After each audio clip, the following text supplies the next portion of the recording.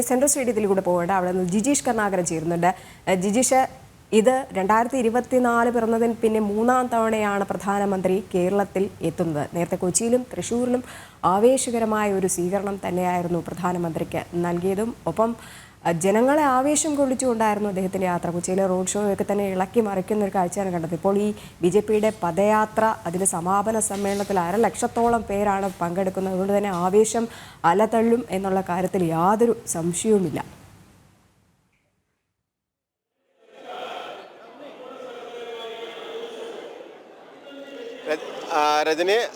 രജനി പറഞ്ഞതുപോലെ വലിയ ഒരു ആവേശം, ആ ആവേശം എത്രമാത്രം ഉണ്ട് എന്ന് നമ്മൾ ഈ 2024 തന്നെ അദ്ദേഹം പലവട്ടം കേരളത്തിൽ വന്നു.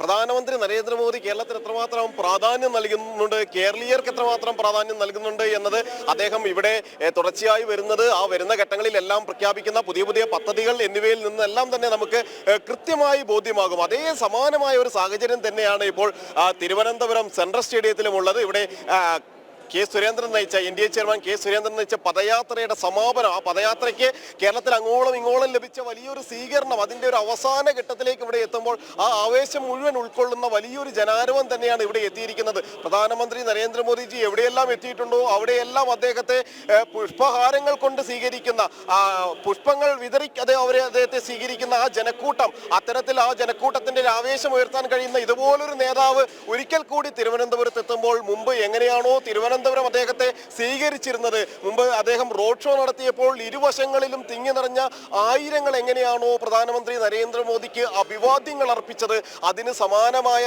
സ്ഥിതിയിൽ തന്നെ ഇപ്പോഴും ഈ ഒരു വേദിയിലേക്ക് ആളുകൾ എത്തുന്നു. ഈ ഒരു സെൻട്രൽ സ്റ്റേഡിയത്തിലേക്ക് ആളുകൾ ഇപ്പോഴും എത്തിക്കൊണ്ടിരിക്കുന്നു. ആ പരിപാടി തുടങ്ങാൻ ഇനിയും സമയം ബാക്കി നിൽക്കെ പോലും ആളുകൾ വന്നുകൊണ്ടിരിക്കുന്നു. 50,000-ഓളം പേരെയാണ് പങ്കെടുക്കുക എന്നാണ് നേതൃത്വം അറിയിച്ചിട്ടുള്ളത്. എന്നാൽ നമുക്കറിയാം ഏതെല്ലാം ഘട്ടങ്ങളിൽ പ്രധാനമന്ത്രി ഇത്തരം പരിപാടികളിൽ എത്തിയിട്ടുണ്ടോ ആ ഘട്ടങ്ങളിലെല്ലാം തന്നെ ഈ 50,000-വും കടക്കാറുണ്ട്.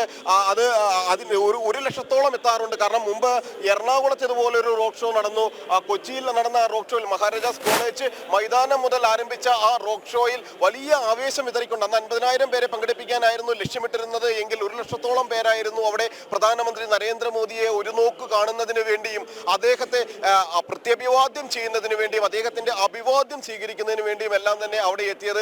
അതേ സാഹചര്യം തന്നെയാണ് ഇവിടെ. ഒരു റോഡ് ഷോ നിലവിൽ പ്ലാൻ ചെയ്തിട്ടില്ല. എന്നാൽ അദ്ദേഹം ഒരുപക്ഷെ ഒരു തുറന്ന വാഹനത്തിൽ ഇതിനകത്തേക്ക് വരാനുള്ള സാധ്യത പോലും പ്രവർത്തകർ കാണുന്നുണ്ട്. അങ്ങനെയെങ്കിൽ അത് വലിയ ആവേശത്തിലേക്ക് തന്നെയായിരിക്കും എത്തിക്കുക. ഇപ്പോൾ തന്നെ വളരെ നേരത്തെ തന്നെ വന്ന ആളുകൾ, നിരവധി ആളുകൾ ഈ സെൻട്രൽ സ്റ്റേഡിയത്തിന്റെ മുന്നിലെല്ലാം ഉണ്ട്. അവരെല്ലാം പല ഭാഗങ്ങളിൽ നിന്ന് വരുന്നവരാണ്. അവരെ സംബന്ധിച്ചിടത്തോളം മാറുന്ന കേരളത്തിൽ മാറ്റത്തിന്റെ ശങ്കലിയായി അവർ ഓരോരുത്തരും മാറുമ്പോൾ പ്രധാനമന്ത്രി നരേന്ദ്രമോദി മുന്നോട്ട് വയ്ക്കുന്ന മോദിയുടെ ഗ്യാരണ്ടി, ഓരോ കാര്യത്തിലും അദ്ദേഹം മുമ്പ് പ്രഖ്യാപിച്ചിട്ടുള്ള നിരവധി വികസന പദ്ധതികളുണ്ട്.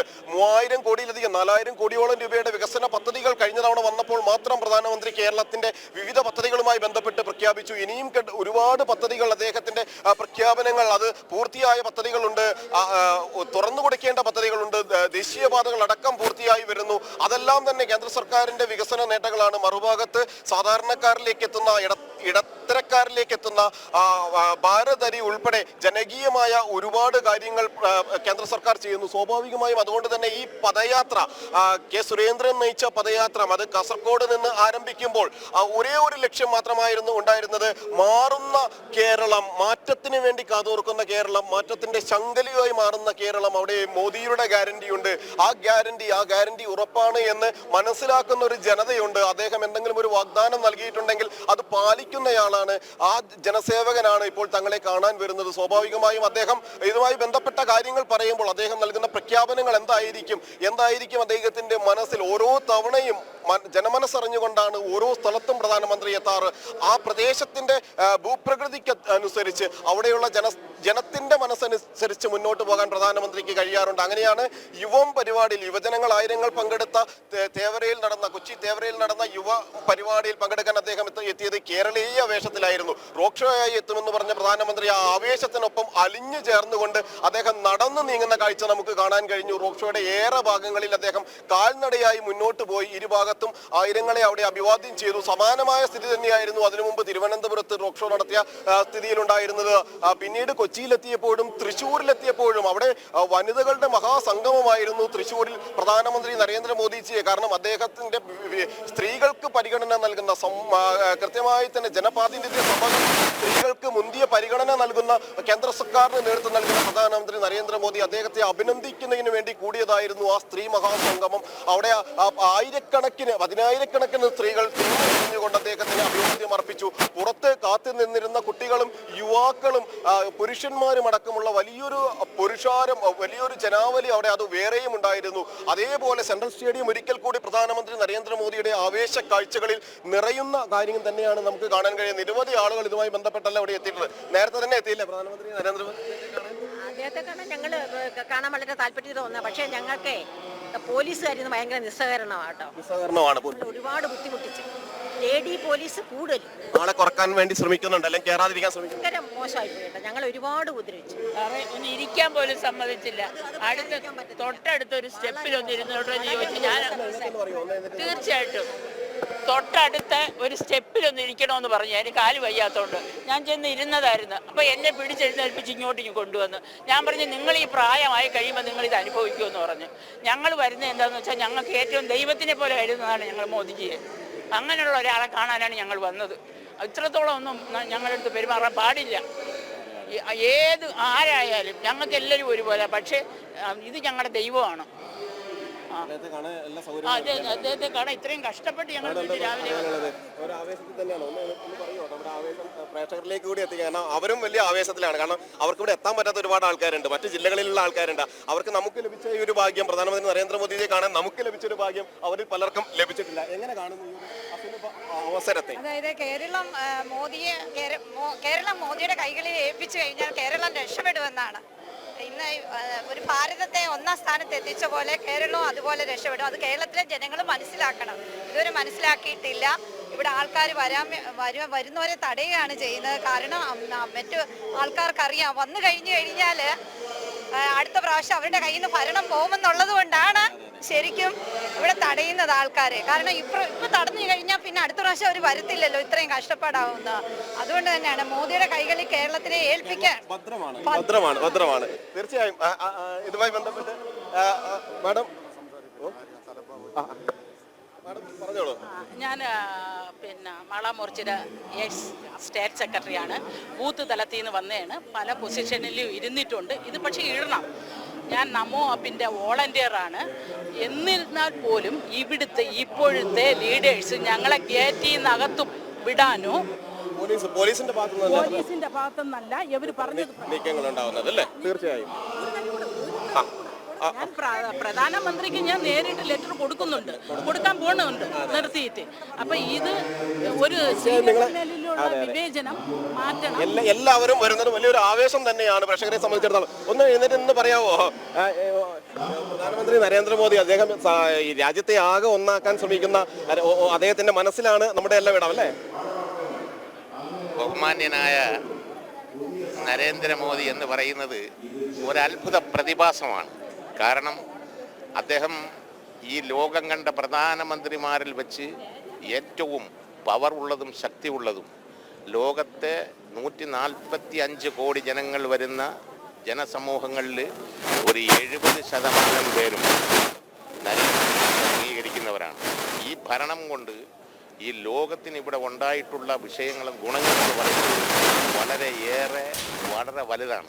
അത് ജനങ്ങളിലോട്ട് എത്തിക്കാൻ വരുന്ന ആ പോരായ്മയാണ് ജനങ്ങളിൽ ഇതറിയാൻ വയ്യാത്തത്. ഒരുപാട് പദ്ധതികളുണ്ട്. ആ പദ്ധതികൾ കൃത്യമായി ജനങ്ങളിലേക്ക് എത്തുന്ന ഒരു സംവിധാനം, പ്രത്യേകിച്ച് കേരളത്തിലടക്കം ആ സംവിധാനങ്ങൾ ഉണ്ടാവുക കൂടി ചെയ്തു കഴിഞ്ഞാൽ ജനമനസ്സുകളിലേക്ക് അതിവേഗം എത്തും. പ്രത്യേകിച്ച് പല പദ്ധതികളും പേരുമാറ്റി നടപ്പിലാക്കുന്നു. പലതിനും അല്ലേ ഒരു ബ്രാൻഡിന്റെ പേരങ്ങോട്ട് മാറ്റി അങ്ങ് ചേർത്ത് കഴിഞ്ഞാൽ കേരളത്തിൻ്റെതാവുന്നു. അതെ, ഇത്ര സ്വാതന്ത്ര്യം കിട്ടിയതിന് ശേഷം ഇവിടെ ആരൊക്കെയോ ഇവിടെ ഭരിച്ചിരുന്നല്ലോ. ഇത്രയും വികസനം, വിഴിഞ്ഞം തുറമുഖമായിരുന്നാലും റെയിൽവേ ആയിരുന്നാലും നാഷണൽ ഹൈവേ റോഡ് ആയിരുന്നാലും പാവപ്പെട്ട നിവൃത്തിയില്ലാത്തവർക്ക് അന്നം കഴിക്കാൻ വേണ്ടി തൊഴിലുറപ്പെന്ന് പറയുന്ന സംവിധാനം കൊണ്ടുവന്നതും, കോവിഡിൻ്റെ പേരിൽ ഈ രാജ്യത്തുള്ള ഈ 1.5 കോടി ജനങ്ങൾ വരുന്ന കേരളത്തിനകത്തുള്ള ജനങ്ങൾക്ക് എല്ലാവർക്കും ഫ്രീ ആയിട്ട് ഭക്ഷണം കൊടുക്കാൻ പറ്റിയ ഒരു ഗവൺമെന്റ് ഇതുവരെ ഉണ്ടായിട്ടില്ല. ഈ കോൺഗ്രസ് അത് തന്നെയാണ് മോദിജി മോദിയുടെ വ്യക്തിത്വവും വ്യത്യസ്തവും എന്ന് പറയുന്നത് ഈ ലോകത്ത് ആർക്കും അതിനെ തിരുത്താൻ കഴിയാത്ത രീതിയിലുള്ള ഉച്ചകോടിയിലും മറ്റിതര സ്ഥലങ്ങളിലെല്ലാം ഇന്ത്യയുടെ യശസ് ഉയർത്തിക്കാട്ടിയ പ്രധാനമന്ത്രിയാണ് നരേന്ദ്രമോദി. ഞാൻ കാമരാജ് കോൺഗ്രസിന്റെ സ്റ്റേറ്റ് ജനറൽ സെക്രട്ടറിയാണ്. രജനി, നമുക്ക് കാണാൻ കഴിഞ്ഞത് ആ ആവേശത്തിന്റെ ചില പ്രതികരണങ്ങൾ തന്നെയാണ് കാണാൻ കഴിഞ്ഞത്. കാരണം അവരെല്ലാം പറഞ്ഞിരുന്ന ഒരു കാര്യം എന്ന് പറയുന്നത് ഇത്രയധികം വികസന പ്രവർത്തനങ്ങൾ നടത്താൻ കഴിയുന്ന ലോക രാജ്യങ്ങൾക്ക് മുന്നിൽ രാജ്യത്തിന്റെ യശസ് ഉയർത്താൻ, ഭാരതത്തിന്റെ യശസ് ഉയർത്താൻ ഇത്രയധികം പ്രയത്നിച്ച ഒരു പ്രധാനമന്ത്രി, സമാനതകളില്ലാത്ത വ്യക്തിത്വം, അത് അധികമില്ല. അവിടെ പ്രധാനമന്ത്രി നരേന്ദ്രമോദിജി വ്യത്യസ്തനാകുന്നു, കേന്ദ്ര സർക്കാർ വ്യത്യസ്തരാകുന്നു എന്ന കാര്യം തന്നെയാണ് പ്രധാനമായും അവരെല്ലാവരും തന്നെ ചൂണ്ടിക്കാണിച്ചത്. മാത്രമല്ല മറ്റൊരു കാര്യം പറഞ്ഞു, നേരത്തെ നമ്മളോട് സംസാരിച്ച ആളുകൾ പറഞ്ഞ ഒരു കാര്യം പൊതുവായി പറയുമ്പോൾ എന്താണെന്ന് വെച്ചാൽ അത് കേരളത്തിൽ നരേന്ദ്രമോദിജി ഇതുപോലെ പല ഘട്ടങ്ങളിലും വരികയാണെങ്കിൽ, നിരവധി തവണ കൂടി ഇനിയും വരികയാണെങ്കിൽ അത് വലിയ മാറ്റം കേരളത്തിൽ ഉണ്ടാക്കും. കാരണം കേരളം അത്രയധികം അദ്ദേഹത്തെ കാണാൻ വേണ്ടി കണ്ണുകൾ കൂർപ്പിച്ചിരിക്കുന്നു, കേൾക്കാൻ വേണ്ടി കാതുകൾ ഓർത്തിരിക്കുന്നു, അദ്ദേഹത്തെ മനസ്സിലാക്കാൻ വേണ്ടി മനസാന്നിധ്യത്തോടെ കാത്തിരിക്കുന്നു. അത് തന്നെയാണ് കേരളത്തിന്റെ പ്രത്യേകത, മാറുന്ന കേരളത്തിന്റെ പ്രത്യേകത അവിടെയാണ്. അതുകൊണ്ട് തന്നെയാണ് ഓരോ സ്ഥലത്തും പ്രധാനമന്ത്രി നരേന്ദ്രമോദി എത്തുമ്പോൾ അവിടെയെല്ലാം വലിയ സ്വീകരണം ലഭിക്കുന്നത്, അവിടെയെല്ലാം ആൾക്കൂട്ടം ഒരു ആരവമായി ഒഴുകിയെത്തുന്നത്. ആദ്യഘട്ടത്തിൽ അവരിൽ പലർക്കും രാഷ്ട്രീയമില്ല, അവരിൽ ഇടതുമുന്നണിയുടെ പ്രവർത്തകരുണ്ട്, വലതുമുന്നണിയുടെ പ്രവർത്തകരുണ്ട്, അവരുടെ മറ്റു ഘടകകക്ഷികളിലെ കോൺഗ്രസിന്റെയും CPM-ന്റെയും മാത്രമല്ല ഘടകകക്ഷികളുടെ പ്രവർത്തകരുണ്ട്. അവരെല്ലാവരും തന്നെ ഈ ഒരു ശക്തിയിലേക്ക് എത്തുമ്പോൾ അവരെ സംബന്ധിച്ചിടത്തോളം അവരിൽ മുന്നിൽ നിൽക്കുന്നത് ദേശീയത മാത്രമാണ്. വലിയൊരു ആവേശത്തിലല്ലേ ഏട്ടാ നമ്മുടെ ഈ ഒരുക്കങ്ങളുടെ വമ്പൻ ആവേശമാണ്. ജനങ്ങൾ മുഴുവനും കാതോർത്തിരിക്കുകയാണ്, കാണാൻ വേണ്ടി കാത്തിരിക്കുകയാണ്. ഈ രാജ്യത്തിൻ്റെ വികസന കുതിപ്പിന് വേണ്ടിയിട്ട് എല്ലാ ആൾക്കാരും വലിയ താല്പര്യമാണ്. ശരിക്കും പറഞ്ഞാൽ BJP മാത്രമല്ല, മറ്റുള്ള പല രാഷ്ട്രീയ കക്ഷികളും ഇവിടെ എത്തിയിട്ടുണ്ട്. പല ആളുകളും, നാട്ടുകാരും പലരും, രാഷ്ട്രീയ ഭേദമന്യേ മതഭേദമന്യേ പല ആൾക്കാർ, എത്രയോ മുസ്ലിം സഹോദരങ്ങൾ തന്നെ ഈ വേദിയിലേക്ക് നമ്മളോടൊപ്പം സംസാരിച്ച അദ്ദേഹം അടക്കം പറഞ്ഞു ആൾക്കാരാണ്. ഈ ശരിക്കും പറയുന്ന നരേന്ദ്രമോദിയുടെ ഈ ഇന്ത്യയുടെ കുതിപ്പെന്ന് പറയുന്നത് തീരെ ചെറുതല്ല, അത് അഭിമാനിക്കാനുള്ളതാണ്. ഇന്ന് 3ാം സ്ഥാനമാണെങ്കിൽ അടുത്ത 5 വർഷം ഭരിക്കുമ്പോൾ മറ്റുള്ള എല്ലാ രാജ്യത്തെയും കടത്തിയെത്തിക്കൊണ്ട് ഇന്ത്യ ഒന്നാമതെത്തും എന്നുള്ളതിന് വേറെ യാതൊരു സംശയവുമില്ല. തീർച്ചയായും അദ്ദേഹം പറഞ്ഞതുപോലെ ഇന്ത്യ ഒന്നാമതെത്തിക്കുക, അത് മാത്രമായിരുന്നു BJP-യുടെ ലക്ഷ്യം, NDA-യുടെ ലക്ഷ്യം. ആ ലക്ഷ്യത്തിലേക്ക് രാജ്യം അടുത്തുകൊണ്ടിരിക്കുന്നു. ലോകരാജ്യങ്ങൾക്കിടയിൽ ഉയർത്തുന്ന കൊടി അത് ത്രിവർണ്ണ കൊടി തന്നെയായിരിക്കും, ഭാരതത്തിന്റെ കൊടി തന്നെയായിരിക്കും എന്ന ഉറപ്പ് രാജ്യത്തിന് നൽകാൻ പ്രധാനമന്ത്രി നരേന്ദ്രമോദിക്ക് കഴിയുന്നു എന്നത് തന്നെയാണ്. മാത്രമല്ല ഇന്നത്തെ ഒരു പ്രത്യേകത എന്ന് പറയുന്നത് ഏതാണ്ട് 50,000-ഓളം ആളുകൾ ഇവിടെ പങ്കെടുക്കും എന്ന് പറയുന്നു. അതിൽ നിരവധി ആളുകൾ, ഏതാണ്ട് 2,000-ഓളം പേർ വിവിധ രാഷ്ട്രീയ കക്ഷികളിൽ നിന്ന് BJP-യുടെ ഭാഗമായി മാറിയ ആളുകളാണ്, BJP-യിലേക്ക് വന്നിട്ടുള്ള ആളുകളാണ്. മാറുന്ന രാഷ്ട്രീയത്തിൽ BJP-ക്കൊപ്പമാണ് ഇനി തങ്ങളുടെ നിലപാടുകൾ എന്ന് വ്യക്തമാക്കിക്കൊണ്ട് വിവിധ രാഷ്ട്രീയ പാർട്ടികളിൽ നിന്ന്, CPM-ൽ നിന്നും കോൺഗ്രസിൽ നിന്നും എല്ലാം രാജിവെച്ച് BJP-യുടെ ഭാഗമായ ആളുകളുണ്ട്. പദയാത്ര ഓരോ സ്ഥലത്തും കടന്നു ചെല്ലുമ്പോൾ ആ കടന്നു ചെല്ലുന്ന സ്ഥലങ്ങളിലെല്ലാം തന്നെ ആവേശപൂർവ്വം പങ്കെടുത്ത ആളുകളുണ്ട്. അവരുടെ എല്ലാം മനസ്സുകളിൽ ഒരേ ഒരു കാര്യം മാത്രമേ ഉള്ളൂ, ഇനി നിൽക്കേണ്ടത് ദേശീയതയ്ക്കൊപ്പമാണ്, ഇനി നിൽക്കേണ്ടത് വികസനത്തിനൊപ്പമാണ്, ഇനി നിൽക്കേണ്ടത് പുതിയ കാഴ്ചപ്പാടുകൾക്കൊപ്പമാണ്. ആ കാഴ്ചപ്പാടുകൾക്ക് ഞങ്ങൾക്ക് മുന്നിൽ നിൽക്കാൻ ഒരു നേതാവുണ്ട്, ഞങ്ങൾക്ക് മുന്നിൽ നിൽക്കാൻ ഒരു രാഷ്ട്രീയ പാർട്ടിയുണ്ട്. ആ രാഷ്ട്രീയ പാർട്ടിയെ ഞങ്ങൾ നെഞ്ചിലേറ്റുന്നു, ആ രാഷ്ട്രീയ നേതാവിനെ ഞങ്ങൾ നെഞ്ചിലേറ്റുന്നു. അതുകൊണ്ട് തന്നെ ശക്തമായി തന്നെ BJP-ക്ക് പിന്നിൽ അണിനിരക്കുന്നു കൂടുതൽ ആളുകൾ എന്നത് തന്നെയാണ്. അവരെല്ലാവരും ഇവിടെ അണിനിരക്കും, ഈ കൂടുതലായി അണിനിരക്കും. പുതുതായി പ്രധാന സേവകനെ കാത്തിരിക്കുക തന്നെയാണ് അനന്ത. ആവേശം അല തെല്ലുന്നു.